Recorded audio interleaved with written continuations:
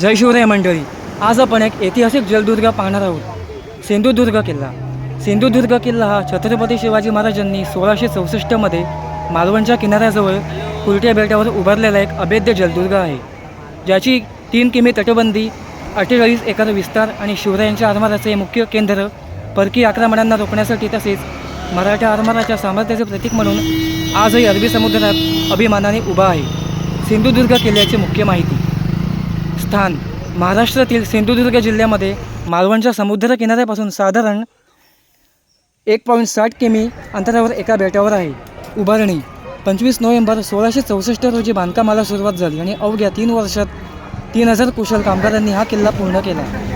वास्तुविशारद: या जलदुर्गाची निर्मिती हिरोजी इंदुलकर यांच्या देखरेखीखाली झाली. विशेषतः या किल्ल्याच्या बांधकामात समुद्राच्या लाटांचा परिणाम होऊ नये म्हणून भक्कम तटबंदी, सुमारे 3 किमी आणि पायाभरणीत शिसे वापरले गेले. शिवरायांचे स्थान विशेष आहे. किल्ल्याच्या आत छत्रपती शिवाजी महाराजांचे एकमेव मंदिर आहे, जिथे त्यांची मूर्ती पूजा केली जाते. संरचना: किल्ल्याला 42 बुरुज आहे आणि मुख्य प्रवेशद्वार लपवलेले आहे, जे बाहेरूनही सहज दिसत नाही.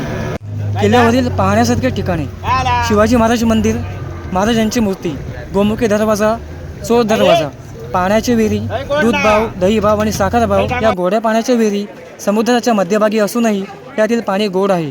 तसेच या गडावर शिवराजेश्वर मंदिर देखील आहे. तटबंदी: भव्य तटबंदीवरून समुद्राचे विहंगम दृश्य होते. तर तुम्ही या गडावर कसे जाल? जवळचे विमानतळ चिपी सिंधुदुर्ग आहे. जवळचे रेल्वे स्थानक सिंधुदुर्ग किंवा कणकवली आहे. रस्त्याने जर जात असेल तर मालवण बंदरातून बोटीने किंवा फेरीने 15 ते 20 मिनिटात गडावर पोहोचता येते. हा जलदुर्ग किल्ला मराठा साम्राज्याच्या अथांग सागरी सामर्थ्याचा पुरावा आहे.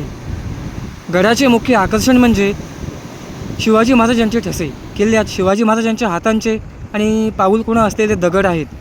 तसेच गडावर हनुमान, जराई, भवानी आणि शिवाजी महाराजांना समर्पित असे मंदिर येथे आहेत. महत्त्व: मराठ्यांच्या सागरी सत्तेचे आणि नौदल सामर्थ्याचे.